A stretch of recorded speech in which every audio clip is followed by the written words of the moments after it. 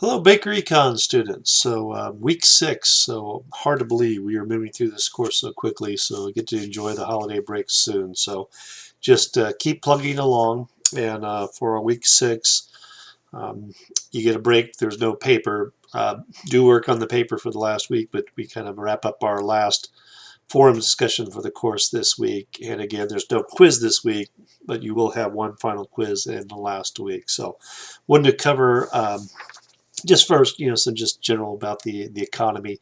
Stock market's still doing incredibly well. S&P, Dow at all-time high. But again, as I mentioned last week, there's still a lot of unknowns for individuals, and I saw that some people are having to pay rent with their credit card. So there's still a lot of concerns. Still a lot of Americans because of the COVID crisis.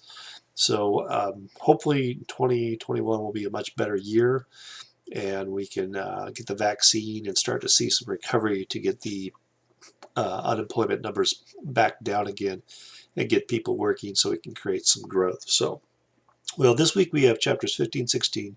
Chapter 15 looks at monopoly structure. This is the last of the four market structures. And monopolies are unique in that there's only one supplier to a market. And it is possible for a monopoly to earn economic profits in the long run because they don't have to worry about somebody else coming to the market. Now, in the United States, generally, we do not like the idea of any firm making excessive economic profits for a long period of time, or that it doesn't promote competition. But we do recognize that certain monopolies are best for markets, and it's mostly due to economies of scale. And that's what you'll be reading about, like a natural monopoly.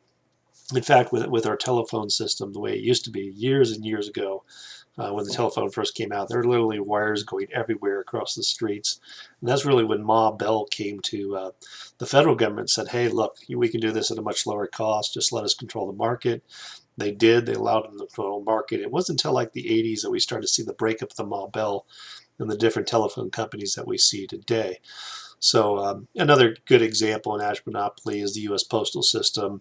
They have a monopoly, and they have the only rights to deliver mail to your mailbox. In fact, it's illegal to put mail in there, somebody's mailbox, or another company put mail in a mailbox. Only the U.S. Postal Service has that right. But there's other examples like utility companies, gas companies. Imagine what your backyard would look like if there were multiple competing power lines or gas lines.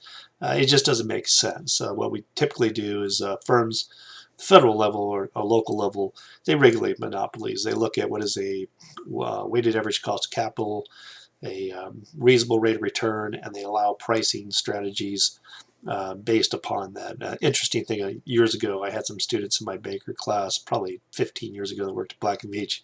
And they told me, Joe, it's interesting because we build these power plants for some of these electric companies, and we tell them we can do it at a lower cost, but they tell us, no, don't do that, because otherwise we can't justify price increases. Kind of defied economic logic, but they knew they had to show expenses in order to justify any price increases in electricity.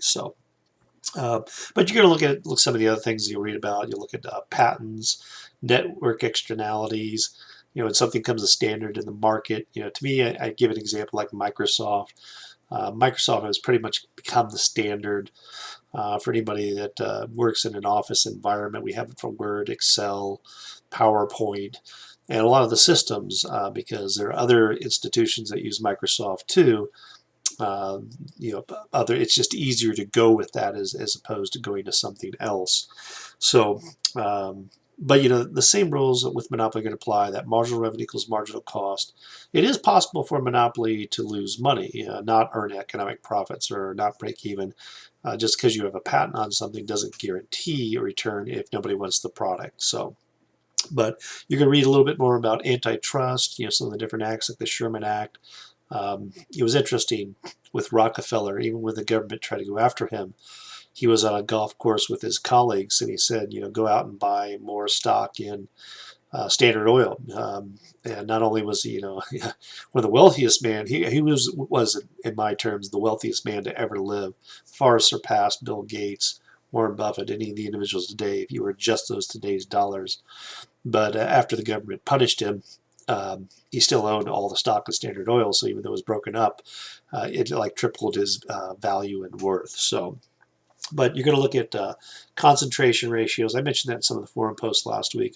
Four firm concentration ratio just says you take the four largest firms in that market. Remember there was a post about the cereal last week. So look at General Mills, Quakers, Post, Kellogg's. They probably control 80% of the market. So those four firms, you would say have an 80% concentration ratio, and you can simply do that just by looking at annual sales, and that's how it's derived. And then the Herfindahl Index is something the Justice Department looks at. Generally, if the number gets above an 1800, then they start to like kind of raise a flag. Doesn't mean they're going to intervene in that market, but it's just something they kind of watch to make sure that the competition is promoted. And how the Herfindahl Index works: if you had just one firm, you took 100 and you square it, you get 10,000. If you had 10 firms that each had 10% each, well, then you take 10 squared as 100. Do that 10 times, you have 1,000. So, but it's interesting to see how diverse the competition is in different industries. Everything from like burial casket companies that are very highly concentrated to other firms that have a lot of competition in them. So to other industries they have firms that have a lot of competition. So last chapter, chapter 16, you're going to look at some pricing strategies. I think one of the most interesting thing here is, why do firms charge different prices for similar products? And there could be other reasons too. It could be, the service provided, customer service. It can be how the good is delivered, warranties, guarantees, can I bring it back? I know Home Depot is always good about that. If I buy something and I don't need it, I can easily return it. Or if there's something defective with it, I can return it. And that's part of their strategy too in their pricing policy. But a big part of this chapter, is price discrimination. And you asked, is price discrimination legal? Well, if you asked the attorney, it would say it depends. I can't walk into a McDonald's and they're going to size me up and say you're going to pay $10 for that Big Mac. So no, it's a sticker price that's put on the front. But there are other things like when we buy cars, you haggle and you negotiate. But price discrimination in its truest sense, what you're doing is you first have to segment the markets based on different elasticities of demand.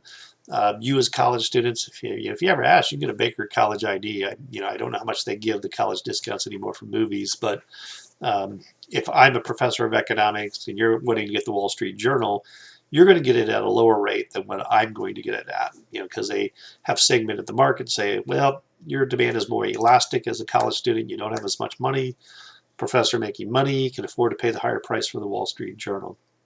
Other simple things can be just coupons. It can be a matter of your time. If you're an attorney that makes a lot of money, you're probably not going to spend Sunday clipping out coupons from the Sunday paper.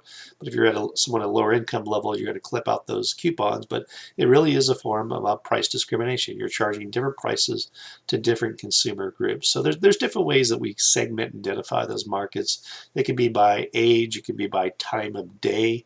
That was often common when I was in the telecom industry. We would charge higher rates for usage during the daytime versus charges that would happen at night. And they give good examples in the textbook, about airlines, and even though it's the same flight from point A to B, the price you may charge may be quite different depending on when you buy the ticket or where you sit on that airplane. So you can read a little bit about that. You can read some about cost plus pricing and some other strategies. But main thing I just want to wrap with that price discrimination is after you segment, you cannot engage in arbitrage. That means that if someone goes and gets a senior discount on a hotel room, or if they're a veteran, they can't turn around and put that hotel room back on the market to sell it. So you have to have some way to prevent that arbitrage from happening. So anyway, good job again with forum discussion. Continue the good job again this week in week 6. So I'll jump in there when I can. But otherwise, if you have any questions, do send me an email. But look forward to working with everyone online this week. Take care and have a great week.